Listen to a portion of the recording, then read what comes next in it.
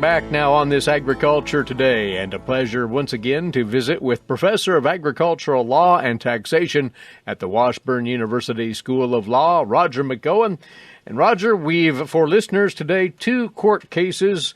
One has earned its day in the Supreme Court, which we'll talk about, and the other, not as enthusing a result for agricultural interests, which we'll explain further. But starting with the item out of California that's obviously of tremendous interest to animal agriculture, not only in California, but in Kansas, that Proposition 12, a much wrangled issue over the recent years. Would you remind us what this is about?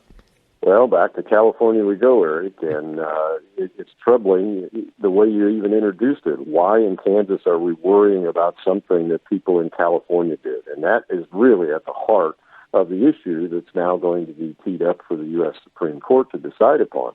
What California voters did back in 2018 is enact Proposition 12. They approved it, goes through, it gets enacted.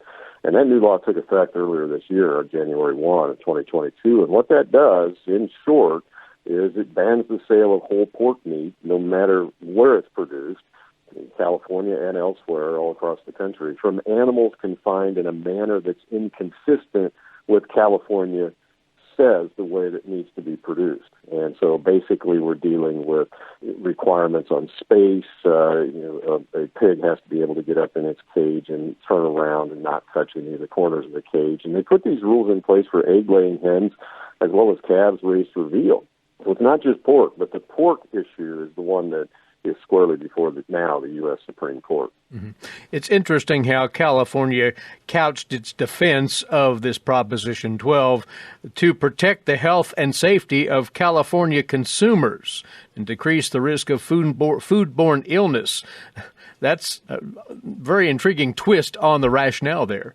Well, it's kind of a dig on federal law because there are federal rules that have to be complied with through the Food and Drug Administration before products for human consumption can be deemed fit for human consumption. You have to go through a federal approval process, and of course you have state health regulations too. So basically what they're saying is, well, what the feds have done and what the state has done, that's no good. We've got to set these rules to cover these products no matter where they're produced. And that's the key thing. California voters are setting the rules for pork production, in this instance, pork production anywhere in the country. Now keep in mind, California produces virtually zero pork, but they do consume 13% of pork products nationwide. So it is a huge market. So if I'm a hog producer in Kansas, if I'm a hog producer in Iowa, if I'm a hog producer in Nebraska, I want to get into that California market. If I don't get into that California market, I've got problems. But we've got California setting the rules on production for producers in Nebraska, in Kansas, in Iowa, and elsewhere. That's the rub. Can a state enact rules that have just about a 100% what we call extraterritorial effect? It has no effect on production in California because they don't produce hogs. And so they're casting all of that effect outside of the state of California. And that's the question. Can you do that? And it brings up a concept known as the Dormant Commerce Clause. So, Roger, again, national farm organizations, and this is well publicized, as of 2019 challenged this in court. It has wound its way through the trial court, the appellate court, and simply the challenge to it hasn't gotten any traction leading up to where we're at today, right? Right. In late 2019, if we go back a couple of years, there were some of these big farm organizations nationwide that did challenge Proposition 12. They sought a declaratory judgment. And basically what they were arguing was that the law was unconstitutional under the Dormant Commerce Clause, as I mentioned. Now, what the Dormant Commerce Clause does, just a brief mention on that, is it prevents a state from passing legislation that discriminates against or excessively burdens interstate commerce. That is an anti-protectionist policy. It says, state, you can't protect your economy, cast all of the burden of what you're trying to regulate on economic conduct that doesn't occur in your state. So you can't overly favor your state citizens or businesses at the expense of non-citizens that conduct business within your state. But the clause is deemed to be dormant because it's not stated outright in the Constitution. It's just implied in the Constitution's Commerce Clause. Now, I'll tell you this. Justice Thomas has written opinions for a number of years saying he doesn't believe there's any such thing as the Dormant Commerce Clause. That doesn't mean that he couldn't find a violation under the stated Commerce Clause in the Constitution, but I can guarantee you he will not find a violation under the Dormant Commerce Clause because he is pretty firm in saying that doesn't exist.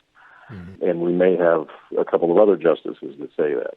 But that doesn't mean that agriculture will lose this case. And I find it interesting and perhaps foretelling that the Supreme Court did agree to hear the case. They don't take too many cases. They took this one just a couple of weeks ago. And so, the issues that will be before them are whether the allegations that a state law has dramatic economic effects largely outside the state and requires this amount of massive changes to an integrated nationwide industry state a violation of the Dormant Commerce Clause or the Commerce Clause, or whether that whole principle is just completely dead now. Yeah. This is going to put that squarely in front of the court. The second issue that the Supreme Court's going to have to deal with is whether the allegations concerning a law that's based solely on preferences regarding out-of-state housing of farm animals state a claim in accordance with a 1970 U.S. Supreme Court opinion, where the court said then, if you have a law that regulates fairly to further a legitimate public interest, will be upheld unless the burden on commerce is clearly excessive in relation to the local benefits. So it's a balancing test. So we shall see, but this is of monumental importance because if California can do this with respect to a product that they don't produce, then that opens the door for California and other states to do similar things with respect to ag products that they don't produce in their states, cast those economic effects off on somebody else. And I think it would be absolute chaos if the Supreme Court doesn't reverse this case. It will be a precedent-setting ruling, no matter how it comes out, and we'll see how the U.S. Supreme Court handles the Proposition 12 matter. Hopefully we'll know something in the next few months. This meat labeling law that was enacted in the state of Louisiana, it was called the Truth in Labeling of Food Products Act, and it was challenged in court, but this was designed to largely protect conventional animal agriculture interests. What, Roger? Yeah, it absolutely was. This is the tofurkey case. I've never had the desire to try tofurkey. I can't say I've ever seen it in the stores, but I can also say I don't usually shop very often, so I'm not looking for it. But these are products that don't have any animal-based meat in them. And, of course, the concern of the Louisiana legislature here was, well, let's make sure these are labeled properly so that consumers don't think they're actually getting a meat product. And that's important to the meat sector as a whole.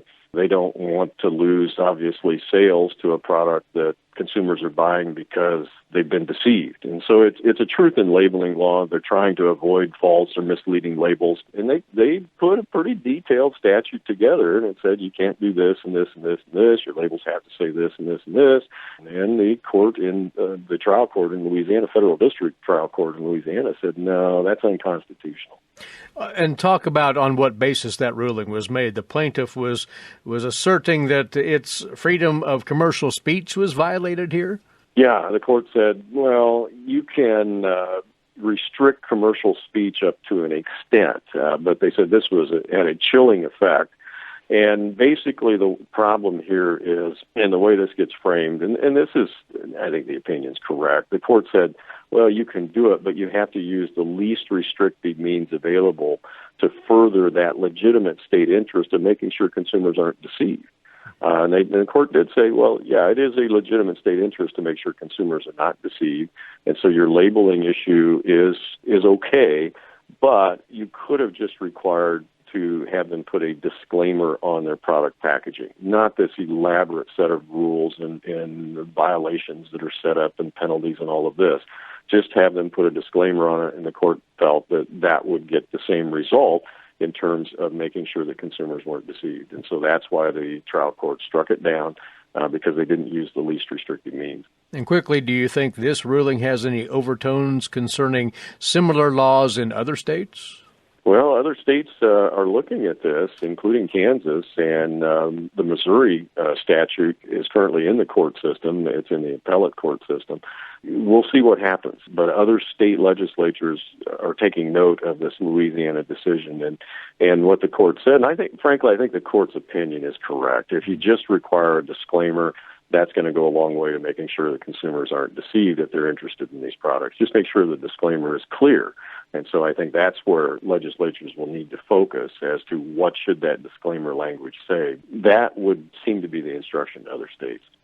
Well, all the details on that case, as well as what the U.S. Supreme Court will be considering regarding California's Proposition 12, can be found in the write-ups that Roger has put together on his blog. washburnlaw.edu/WALTR is where you'll find those. Roger, as always, thank you. Thank you, Eric.